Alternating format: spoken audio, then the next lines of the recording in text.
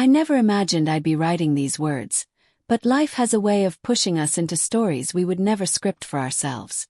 When my son passed away, my world collapsed. Every breath felt heavier than the last, every memory sharper than glass. On the day of his funeral, I needed my family more than ever. But my parents, his grandparents, didn't come. They said it was too hard for them. Too hard. As if burying my child wasn't tearing me apart from the inside out. Their absence wasn't just felt. It echoed like a hollow silence that wrapped around me in that chapel. Weeks later, when the rawness of grief still clung to me, I learned about my son's trust. $850,000. Money left behind by my late husband's family for our boy's future. That trust was meant to build his dreams, even if he wasn't here to live them. I thought it would sit untouched, a sacred tribute to him. But my parents had other plans. One evening my phone rang. My mother's voice was unusually bright. She said, "Your sister's wedding is coming up. She deserves something special, something extravagant. We were thinking, the trust could cover it. After all, your son doesn't need it anymore." Froze. Her words sliced through me. My son didn't need it because he was gone, and now they wanted to use his legacy as a dowry for a party. The same people who couldn't bother to stand beside me at his funeral now felt entitled to his trust fund.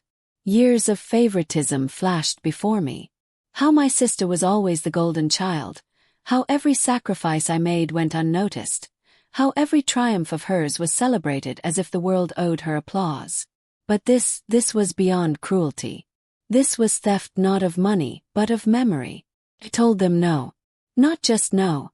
I told them that my son's trust would never be tarnished by shallow displays of wealth. That money would go toward something that honored his life.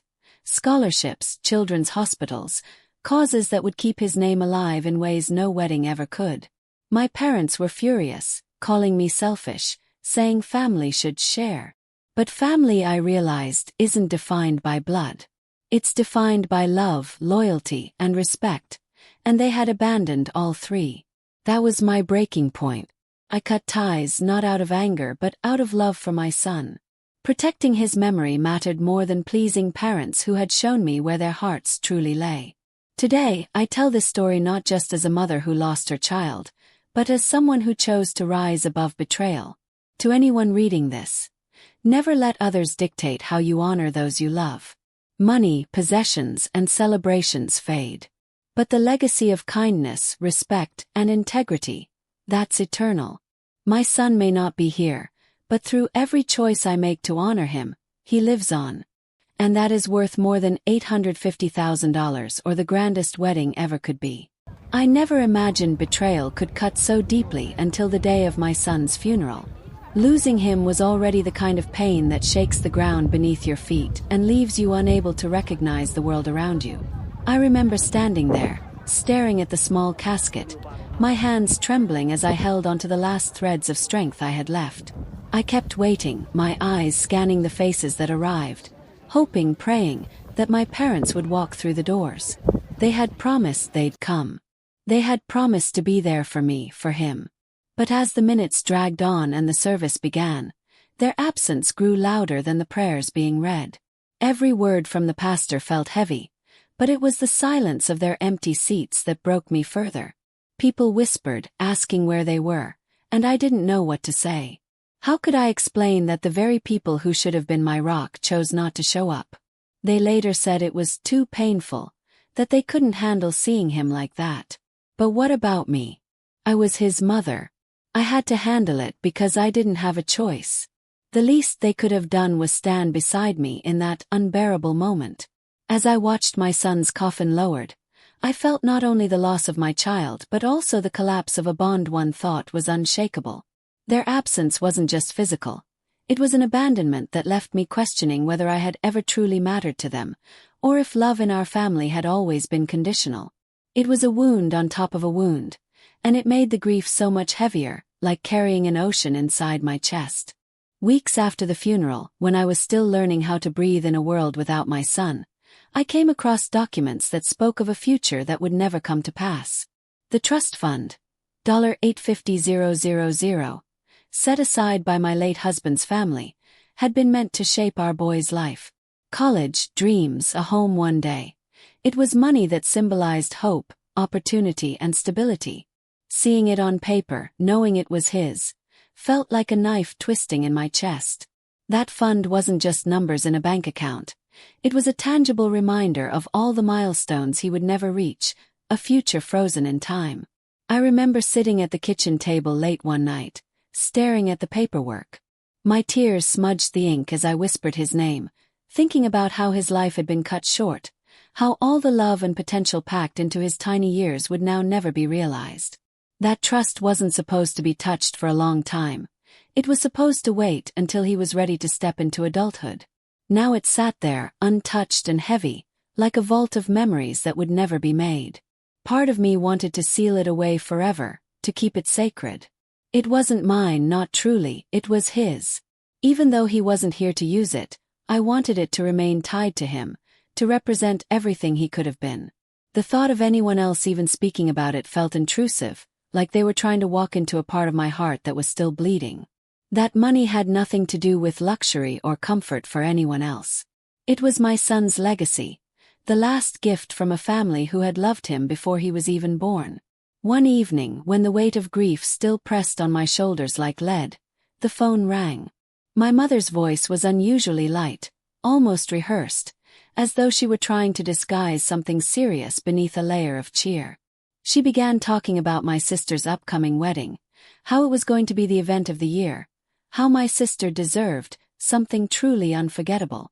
I listened quietly, my stomach tightening, because I had heard this tone before, the one she used whenever she wanted something. Then she said it. We were thinking. The trust your son left behind could cover it. After all, sweetheart, he doesn't need it anymore. The words were so casual, so careless, that for a moment I thought I had misheard. My breath caught in my throat as if the air itself had turned poisonous. My hands clenched so tightly around the phone that my knuckles turned white. My son's trust fund, money meant to honor his future, was now being spoken of as if it were a forgotten piggy bank, waiting to be cracked open for flowers, champagne, and designer gowns. I wanted to scream, to ask her how she could even form those words, but all I could do was sit there in stunned silence. The gall, the audacity of it, was almost incomprehensible. The same people who had skipped his funeral, who couldn't find the strength to stand beside me when I laid him to rest, were now bold enough to claim the right to his legacy, for a wedding that was already dripping in extravagance. My mother's tone shifted when I didn't respond right away. She pressed on, painting pictures of a sparkling reception, of how the family would look so good, and how everyone would remember this wedding forever. Each word felt like salt in an open wound. My son was gone, and all she could think about was appearances. They weren't just asking for money. They were asking me to erase the sanctity of my child's memory for the sake of spectacle. Something inside me snapped when I heard their demand, and for the first time in a long time, I let the anger I had buried rise to the surface. I thought of every moment in my life where my parents had chosen my sister's happiness over mine, every birthday they had forgotten, every achievement they had brushed aside as if it were nothing, and every sacrifice I had made that went unnoticed.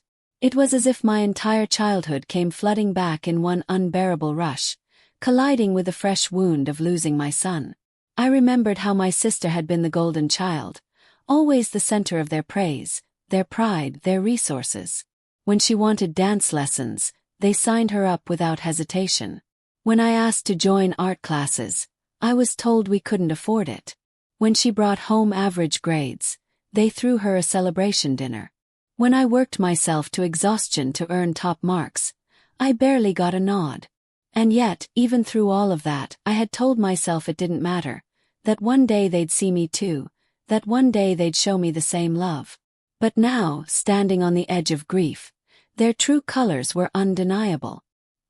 Here they were, not only having failed me in the moment I needed them most, at my son's funeral, but now daring to ask me to give up the one thing I had left that tied me to him. It wasn't just selfishness. It was cruelty.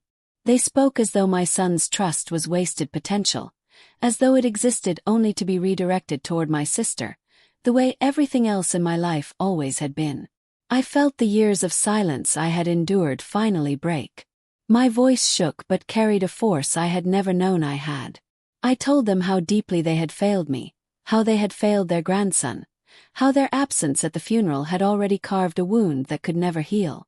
I reminded them that love isn't measured by appearances, by weddings, or by how the world views us. It's measured by presence, by sacrifice, by showing up when it matters most. And they hadn't shown up. Not for me. Not for him. In that moment, I realized the bond between us wasn't family. It was a chain of obligations and manipulations, one that I no longer had to carry. After that conversation, I knew there was no going back. My parents' words had cut so deep that the fragile thread holding us together finally snapped. I sat alone in my living room, staring at a framed photo of my son. His little smile frozen in time, and I made a promise to him. That money would never be used for selfishness, for show, or for anyone who hadn't loved him the way he deserved. His trust would remain his, even if he wasn't here to spend it. It would become something that carried his spirit forward, something that turned my grief into a legacy. I began researching scholarships, children's charities, and programs that helped families who were drowning in medical bills, just like I once had been. Every idea gave me a sense of purpose, as if my son was guiding me to ensure that his short life still left a lasting mark on the world. It wasn't about the dollar amount. It was about transforming tragedy into hope, about making sure that his name meant light in someone else's darkest hour.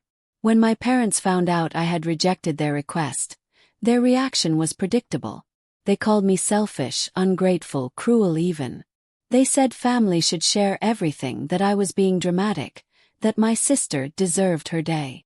I listened quietly, and for the first time, their words didn't carry any weight. I realized I didn't owe them anything. Not my grief, not my son's memory, and certainly not his trust fund. Protecting him, even in death, gave me a strength I didn't know I had. I wasn't just saying no to them, I was saying yes to him. Yes to honoring his life. Yes to refusing to let his memory be diminished by vanity. And yes to building something meaningful from the pieces of my broken heart. Family had failed me, but love hadn't. Love was still here, in every decision I made for my son, in every act of kindness that would bear his name. And that love, I realized, was far more powerful than any betrayal.